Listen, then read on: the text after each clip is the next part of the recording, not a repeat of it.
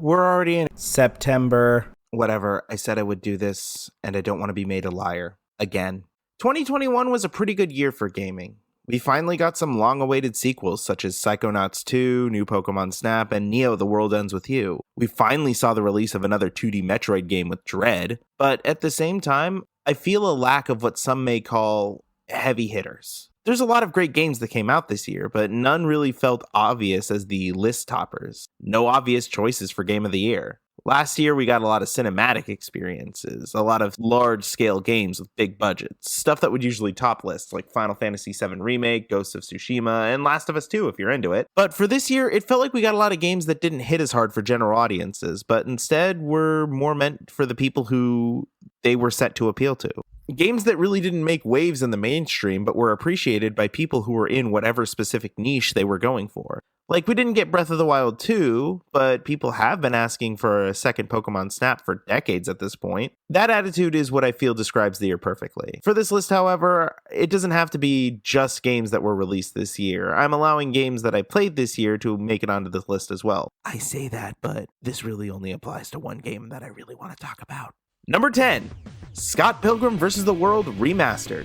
When I first picked up this game back in 2012, it was honestly something I played to death. I remember staying up late with my friends, running through the game with each character. I'm a huge fan of the comics as well as the 2010 theatrical movie, and I honestly couldn't get enough of the series. Nowadays though, having played it again, it is definitely better on replay once you've leveled up the character you're playing to completion, and you get all their moves. There's a lot of grinding in this game for a beat 'em up. I definitely feel like this game doesn't quite hold up to games like Streets of Rage 4 and River City Girls, but it's still worth your time despite not being able to reach that very high bar. Just a quick aside, as I was recording this, they just confirmed a Scott Pilgrim TV series on Netflix. This is something I've been saying that should happen for a really, really long time, and now that it's happening, I couldn't be happier. So yeah, a bit of an unrelated tangent to the game itself, but it's something that I'm excited to mention. Number 9, Monster Hunter Rise. So I played Monster Hunter World back in 2018 when it released, but Monster Hunter as a series is notoriously unfriendly to its new audience. I mean, at the same time, World was the most straightforward and simplified Monster Hunter game, and I still didn't know what the heck to do. So I made a vow to myself that when Rise drops, I was actually going to get good at it, put the time in, and watch the YouTube tutorials and get good. And you know what? It actually did pay off. Where I had trouble with Anjanath back in World, now that I kind of know what was going on and what I was doing, I was able to make it to high rank on my own. A lot of the fan base says that this is one of the weaker Monster Hunter games. It's still pretty fun. You have a lot of options for movement with the new wire bug and palamute mechanics. A lot of the stuff that made World fun, when I knew what I was doing of course, makes its return. It still is just really fun to learn the monster's method of attack and then use your skill set and build to find a way to play around it. Learning weapons in this game feels more like learning fighting game characters, where it's really more about learning how and when to use the options at your disposal, rather than just learning what the weapon does. In order to really do that, you have to build an understanding with the monsters that you come into contact with. Each boss in this game feels like it's a huge hurdle to overcome, as the game forces you to go back and think about your losses, and how to improve if you want to make it through. This has the added effect of making each fight extremely personal and memorable. This game can be a bitch to learn, but once you do get into the thick of it, it's super fun. For those wondering, I'm a Bowmain. Number 8, New Pokemon Snap. Let me tell you something. Back in 2021, I took a lot of pictures of Pokemon. So the fact that a game came out where you do nothing but take pictures of Pokemon in 2021, that kinda hit me like a gut punch. It's kinda sad to realize, but before Legends released, spin-off Pokemon games as of recently have been much better than the main series titles. I mean, you could check, Brilliant Diamond and Shining Pearl are nowhere to be found on this list. This game's use of environmental storytelling is unmatched by anything else on this list. We get to see Pokemon in their natural environment, which gives this game so much personality. We really get to see how vibrant the world of Pokemon really is in games such as this one, in a way that you can't with the main series. It's a short game if you only wish to get to the credits, but there's so much for you to discover beneath the surface. I have a friend who's been playing this game for over 80 hours.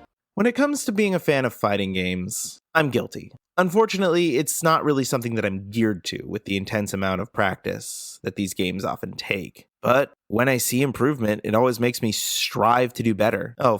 If I have to talk about the best part of a Guilty Gear Strive, it would be the matchmaking system. The tower is a genius idea, and something that every fighting game or competitive game for that matter should have. It puts you against people of your skill level, but you're always allowed to challenge opponents at a higher level if you feel the need to. This allows players to play at a level that they feel comfortable with, whilst also showing visible progression by locking off floors below you once you've gotten too strong. In addition to that, there's a secret level at the very top of the tower that you can only reach when you become too strong for every other floor. This gives players something to strive for. Get it? Why this is that fighting games has always been more about internal progression rather than external, i.e. it's more about getting better at the game than progressing to the end of a level, which is fine, but those games often run into a problem of, am I getting better at this game? Am I doing this right? Whereas Monster Hunter shows progression by having each boss be an obstacle that you have to learn, it's a little harder to do this in a game where the selling point is playing online against regular people of varying skill levels. Fighting games are often very cryptic on showing you what you can do with its system and what more you have to learn, and I will say that for a game as complex as Guilty Gear, it actually does a better job than most. Also, the visuals are gorgeous and the soundtrack is poppin'. Each character has so much personality. What more do I have to say? Number 6, Jak and Daxter. So back in 2018, when I picked up Jak and Daxter for the first time, I couldn't get into it. I started the series with Jak 2, where each level had a set beginning and end, and well, it turns out that I was a fucking idiot, and the first game was an absolute classic. Collectathon games, when at their best, are so easy to just pick up and play, with the appeal not coming from the larger objectives, but rather being rewarded for mini objectives across one large level. This allows a good collectathon game to structure any given level around these objectives, so that the next one is never too out of reach for the player. Jak and Daxter does this beautifully, as each challenge is perfectly structured to put you right in place for the next one. Now, there are some levels that aren't winners, like the snow level I think is a bit too big. The best part about the good levels in this game is how the levels are just naturally built to drive your curiosity. In a game like SpongeBob Battle for Bikini Bottom, levels often feel very just open-ended, with no purpose. It feels like a level is designed to be a platforming challenge and nothing more, whereas Jak and Daxter feels more like the world that the characters actually live in. The whole level is made to be interacted with, and this feeds into the game's genius use of environmental storytelling. In the end, all roads lead to getting power cores, but it is, in fact, the method of getting there that makes it such an interesting endeavor. In one level, there is a ship tied to a swamp, and every power core is tied to freeing that ship. In one of the levels, there's just this plant boss chilling underground. It feels like the devs are really confident in what they have, because this is a whole ass boss fight that is really fun, and the entire game is structured in such a way that you can completely miss it and still finish the game. Which makes me wonder what other sinister shit this game is hiding. This game is built to be played to completions, and the devs knew that, and they really made the most out of that mindset. Number 5, Metroid Dread. Out of all the games I played in 2021, I don't think that there is a game that plays better than Metroid Dread, except for maybe one. This game is so smooth. When I saw the trailer, I could tell that one thing I would take to very well is the movement, and that is indeed true. Samus's control is the best thing in her arsenal. There are so many times where I felt like I was going to die, but I was able to react in a split second and save myself. This game builds off its own refinement, and that's where you get things like Emmy. Emmy is a robot that prowls around the area, and if it catches you, you have a split second to shake her off before you die. This thing can be really scary, but if you're skilled or fluent enough with the controls, it becomes nothing. This is a game that is 2D and easily worth $60. It's masterfully refined, and not only in the animation, but the gameplay department and also the atmosphere. Metroid is a game that is really hard to talk about, because a lot of the praise I would give it is also stuff I could say about other games, such as the exploration and the upgrade system, how you have to find upgrades littered around the level. But Metroid is a game that simply does those things extremely well, and that's why it's on this list. There isn't really much more to say about that other than it does these aspects really, really well. Number 4, Inscryption. Inscryption is a game about cards, and that's all I should say. Ruins, why is it your number 4 games of 2021? Well, why don't you play it and find out, dingus? Number 3, Deltarune Chapter 2.